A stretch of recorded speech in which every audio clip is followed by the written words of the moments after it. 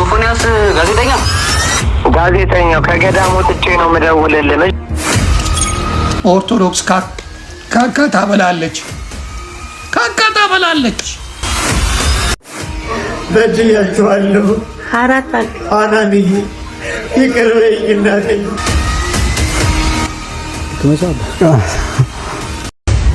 ይሄ የምትመለከቱት ምግብ በዋልድባ ገዳም የሚገኝ ቋርፍ ይባላል። ከምንድን ነው የሚሰራው የምትሉኝ ከሆነ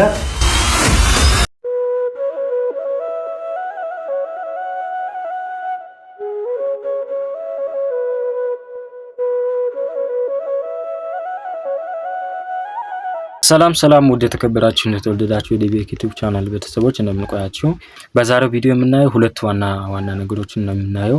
በመጀመሪያ ደረጃ የምናየው ሰሞኑን እሸቱ ወደ ዋልድባ ገዳም በመሄድ አንድ ቪዲዮ ሰርቶ ነበረ። በዚህም ዙሪያ በሰፊው እናያለን ቋርፍ ማለት ምን እንደሆነ። በሁለተኛ ደረጃ የምናየው የጋዜጠኛ ሶፎንያስን ጉዳይ ነው የምናየው። እንኳን ለበዓለ ጰራቅሊጦስ እንኳን አደረሳችሁ። በዚህ ዙሪያ ወንድማችን ጰራቅሊጦስ ማለት ምን እንደሆነ በሰፊው የተናገረበት ቪዲዮ አለ። እርሱን አይተን እንመለሳለን። ወደ ቪዲዮ። የጰራቅሊጦስ ክብረ በዓል ለምን እንደሚከበር ያውቃሉ? ጰራቅሊጦስ ጌታችን መድኃኒታችን ኢየሱስ ክርስቶስ በተነሳ በ50ኛው ቀን ባረገ በ10ኛው ቀን ለ120 ቤተሰብ በማርቆስ እናት ቤት በዝግ ቤት እንዳሉ በእሳትና በነፋስ አምሳል መንፈስ ቅዱስ የተቀበሉበት 71 ቋንቋ የተገለጸላቸው ዕለት መታሰቢያ ነው።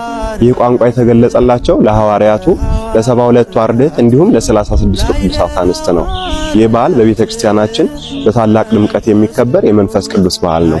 ጰራቅሊጦስ የእግዚአብሔር መንፈስ ቅዱስ ስም ነው። በግሪክ ቋንቋ አጽናኝ ማለት ነው። ወስብሐት ለእግዚአብሔር። ቪዲዮ እንዳያችሁት ነው ወንድማችን ስለ ጰራቅሊጦስ በሰፊው ነው ተናገረው። ቀጣይ የምናየው ቪዲዮ እሸቱ በዋልድባ ገዳም ላይ ቋርፍ እየበላ ያለ ቪዲዮ አለ። እስቲ ቪዲዮን አይተን እንመለሳለን። ወደ ቪዲዮ። ልክመሰው አባ ምንም አይለኝም። ምንም ያባቶች መንፈስ ቅዱስ ያሳድራል። የመንፈስ ቅዱስ ማደሪያ ያደርጋል። ከዓለም የተለየ ምግብ ስለሆነ ዓለማውያን የሚቸገሩበት ነው። መናንያን ግን ደስኳ እንደማር የሚጣፍጣቸው ጌታ ይባረከላቸው። ቪዲዮ እንዳያችሁት ነው ቋርፍ ነው የበላው። ቀጣይ ደግሞ በዚህ ዙሪያ ደግሞ አንድ ወንድማችን ያልሆነ ነገር ያልተገባ ቃል የተናገረበት ቪዲዮ አለ። እርሱን አይተን እንመለሳለን። ከዛ በኋላ ቋርፍ ማለት ምን እንደሆነ፣ ቋርፍ ለምንድን ነው የምበላው የሚለውን በሰፊው እናያለን። እስከ መጨረሻው ድረስ ተከታተሉ። ወደ ቪዲዮ። የአባቶች አር ነው ተብሎ የደረቀ አር ሲበላ አይቼ እኔ ብሞት አላደርገውም፣ ከሞት ትድናለህ። ቪዲዮ እንዳያችሁት ነው እጅግ በጣም ያሳዝናል። ቋርፍ ማለት ምን እንደሆነ በቪዲዮ ማብራሪያ ወንድማችን እንደተናገረ ቪዲዮ አለ። እርሱን አይተን እንመለሳለን። ወደ ቪዲዮ። ልክመሰው አባ ምንም አይለኝም። ምንም ያባቶች ይህንን ከላይ የተመለከታችሁትን ቪዲዮ በርካታ ሙስሊሞች የእኛን ቤተክርስቲያን የእኛን አባቶች የእኛን ሃይማኖት ለማጠልሸት ሲሉ እየተናገሩ እያዟዟሩ ያሉት ነገር ነው። በሐሰት ምን በማለት ይሄ እሸቱ እየበላው ያለውን ነገር እነሱ ምን እያሉት ነው? የአባቶች አይነ ምድር ነው፣ እዚህ አይነ ምድር ላይ መንፈስ ቅዱስ አድሮበታል፣ ይሄ ነው እንግዲህ ኦርቶዶክስ ሃይማኖት ብለው በውሸት ለማጠልሸት እየሞከሩ ነው ያሉት። ነገር ግን ይሄ የምትመለከቱት ምግብ በዋልድባ ገዳም የሚገኝ ቋርፍ ይባላል። ከምንድን ነው የሚሰራው የምትሉኝ ከሆነ ካልበሰለ ሙዝ አባቶች ይቆርጡትና ረጅም ጊዜ ያስቀምጡታል። ልክ ለመብላት በማይመች ደረጃ ድርቅ ሲል በውሃ ተነክሮ ያንን በዚህ መልክ ጥቁር ሲል አባቶች ይበሉታል። ያንን የሚያደርጉት የላመ የጣመን ነገር ላለመመገብና ለሰውነታቸው ምቾት ላለመስጠት ዓለምን ከመካዳቸው የተነሳ ነው። ስጋቸውን ለማሸነፍ ለስጋቸው ምቾት ለመንሳት ሲሉ የሚመገቡት ቋርፍ የተባለ ከሙዝ የተሰራ ምግብ ነው እንጂ አይነ ምድር አይደለም። ለምን ኦርቶዶክስን በእውነት መክሰስ እንደማትችሉ በውሸት መክሰስ እንደምትችሉ አሳይታችኋል። ቪዲዮ እንዳያችሁት ነው ስለ ቋርፍ በሰፊው ነው ተናገረው። ቀጣይ ደግሞ የምናየው ዮኒ ማኛ ስለ ቋርፍ ተናገረበት ቪዲዮ አለ። እርሱን አይተን እንመለሳለን። ወደ ቪዲዮ። ቋርፍ ማለት ፍራፍሬዎች ናቸው። ምን አይነት ፍሬ? የፍሬዎች ስርን ነው በገዳማት የሚበሉበት ምክንያት ምንድን ነው?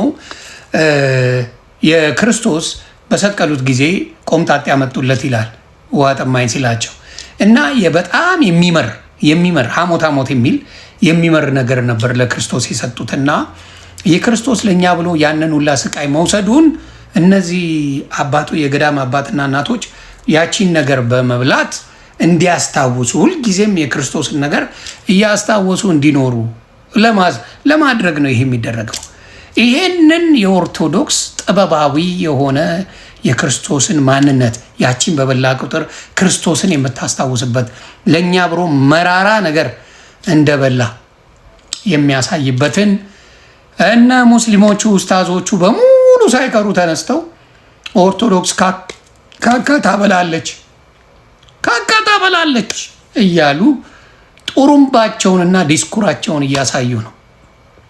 እንደዚህ አይነት ውሸት ለማንም አይጠቅምም። እንግዲህ እንደሰማችሁት ነው። ቋርፍ ማለት ከነትርጉሙ ለምንድን ነው የምንጠቀመው የሚለውን በሰፊው ነው ተናገሩት። በቀጣይ ቪዲዮ የምናየው ስለ ጋዜጠኛ ሶፎንያስ ነው። ሶፎንያስ ከገዳም መውጣቱ ተሰምቷል። ቪዲዮ አይተን እንመለሳለን። ጋዜጠኛ ሶፎንያስ ዋሲሁን መላው የኢትዮጵያን ሕዝብ በይፋ ይቅርታ በመጠየቅ ወደ ቤት መመለሱን ይፋ አድርጓል። ሶፎንያስ ባስተላለፈው መልእክት ተመስገን ለቤቴ በቅቻለሁ፣ መድኃኔዓለም ስለማረኝ ደስ ብሎኛል ካለ በኋላ ወዳጆቼ፣ አድናቂዎቼ፣ መላው የኢትዮጵያ ሕዝብ አንገታችሁን አስደፍቻችኋለሁና ከልባችሁ ይቅር በሉኝ ሲል ጥሪ አቅርቧል። ሶፎንያስ አክሎም እንደ እግዚአብሔር ፈቃድ በቅርቡ በሰፊው መድረክ ኑዛዜን ትሰማላችሁ፣ ብዙ የምናገረው አለኝ በማለት በቅርቡ ትልቅ ሚስጥር ይፋ እንደሚያደርግ የገለጸ ሲሆን መልእክቱንም አትፍረድ ይፈረድብሃል በሚል ከባድ ማሳሰቢያ በዚህ መልኩ ደምድሟል። ታዲያ የጋዜጠኛ ሶፎንያስን መልእክት እንዴት ታዩታላችሁ? ሐሳባችሁን በኮሜንት ላይ አጋሩኝ። መልካም ጊዜ።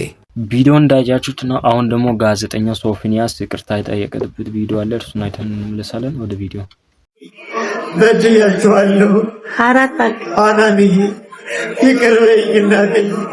ፈቲ አዋይ ሮማን ኡስታዝ አቡበከር በድሩዜ ኡስታዝ ሙሉ ቱርኪ አንገታችሁን አስደፍቻችኋለሁ። ይቅር በሉ። አይዞ በል። ተመልካቾቻችን እንዳያችሁት ነው ጋዜጠኛ ሶፎንያስ ከገዳም እንደወጣ የስልክ ጥሪ አድርጎ ነበረ። እስቲ በስልክ ያወራውን ቪዲዮ አይተን እንመለሳለን። ሶፎንያስ ጋዜጠኛው ከገዳም ወጥቼ ነው የምደውልልህ። መጀመሪያ አንተ ጋር ነው የደወልኩት፣ ማንንም አላገኘሁም። ጋዜጠኛ ሶፎንያስ ተመልሷል። ነገር ግን ሁለት ግራ የሚያጋቡ ሀሳቦች አሉ። በመጀመሪያ እንደተመለሰ የደወለው ላጋለጠውና አዳማ እንግዲህ ላስደበደበው ለፍሬዘር ነበረ። ለሱም እንግዲህ የነገረው ነገር አለ። ገዳም ሂጄ ለ6 ወር ከ16 ቀን ቆይቻለሁ። ብዙ ገዳማት አልተቀበሉኝ ነበረ። አንድ ገዳም ብቻ ነበር ተቀብሎ ደብቆ ሱባኤ እንድከታተል ያደርገኝ ብሏል። አሁን ደግሞ እንግዲህ ከመጣ በኋላ ባይፖላር ዲስኦርደር የአእምሮ ህመም ውስጥ ነኝ፣ ሆስፒታልም እገኛለሁ ብሏል። ሁለቱ እንግዲህ የተለያዩ ሀሳቦች ናቸው። ለፍሬዘር ያወራውን እስኪ ላስደምጣችሁ። ይሰማል? አዎ ሶፎንያስ ጋዜጠኛው ከገዳም ወጥቼ ነው የምደውልልህ። መጀመሪያ አንተ ጋር ነው የደወልኩት፣ ማንንም አላገኘሁም። በፌስቡክ ህዝቡን ይቅርታ ጠይቄያለሁኝ። ግን አሁን አንተ ጋር ደውሌ አንደኛ ሁሌ ስለማስታውስ ነው። እግዚአብሔርን ነው የምልህ፣ መድኃኔዓለምን ነው የምልህ። እየሰማኸኝ ነው አይደል? አዎ እየሰማሁህ ነው። መድኃኔዓለም በሚያውቀው እኔ አልከፋኝም። እኔ የእግዚአብሔርን ስጋው ደሙን እንድቀበል፣ ህይወቴ እንዲስተካከል፣ ከዚህ ቆሻሻ ህይወት እንድወጣ፣ ወደ ትክክለኛ መስመር እንድገባ ምክንያት የሆንከኝ አንተ ነህ። አንተ በዛ ደረጃ ጉዳዩን ባታራግበው ኖሮ እኔም እንደዚህ ባልሆንኩ ነበረ። እግዚአብሔርን ጎዳና የእግዚአብሔርን ወንጌል ለ6 ወር ከ16 ቀን ቆይቼ ነው ከገዳም የወጣሁት። የትንሣኤ ዕለት ነው፣ የፋሲካ ዕለት ነው ስጋው ደሙንም የተቀበልኩት። ትልቅ ገዳም ነበርኩኝ። አሁን ይሄ ነው ብዬ አልነግርህም። ገዳሙም ደብቆ ነበር ያስቀመጠኝ። መላው ኢትዮጵያ ገዳማት ተደውሎላቸው ሁሉ ፈቃደኛ አልነበረም እኔን ለመቀበል። አንድ ገዳም ብቻ ነው ፈቃደኛ ሆነው ቤተልሔም ጎን ያለው ምንድን ነው ግብር ቤት የሚባል ታውቃለህ? አይ አላውቅም። ግብር ቤት የክርስትና ቤት። ኦኬ እሺ። ክርስትና ቤት ተሸሽጌ ተደብቄ እዛ ጸሎቴን ስግደቴን ወደ 5 ወር ነው የሰገድኩት ጾም ጸሎት ላይ ነበርኩኝ። ከዛ በኋላ መድኃኔዓለም የሆሳዕና ዕለት ለአባ ወይም ደግሞ ለነበርኩበት ለአባ ለቅዱሳኑ በህልማቸው ሶፎንያስ ስጋው ደሙን የትንሣኤ ዕለት ይቀበል ብሎ መድኃኔዓለም ነግሯቸው የትንሣኤ ዕለት ስጋው ደሙን ተቀብዬ ትንሽ ታምሜ የካቲት ሆስፒታል ትንሽ አየር አጥሮኝ ኮማ ውስጥ ነበርኩኝ። የምግብ እጥረት ገጥሞኝ ወደ 20 ኪሎ ገደማ ነው የቀነስኩት። ብታይም በጣም ነው የምትደነግጠው። አሁን ፎቶ ፖስት አድርጌያለሁ ፌስቡክ ላይ፣ ግን የድሮ ነው። ምክንያቱም የአሁኑ ፌሴን ብታየው በእውነት ታለቅሳለህ። በእውነት ከዚህ በፊት ከታመምኩትም በላይ ነው። 20 ኪሎ ነው የቀነስኩት። ከ76 ኪሎ ወደ 56 ኪሎ ገደማ ነው ያለሁት። ቪዲዮ እንዳያችሁ ነው ከገዳም እንደወጣ የሚያሳይ ቪዲዮ ነበረ በቮይስ ያወራው።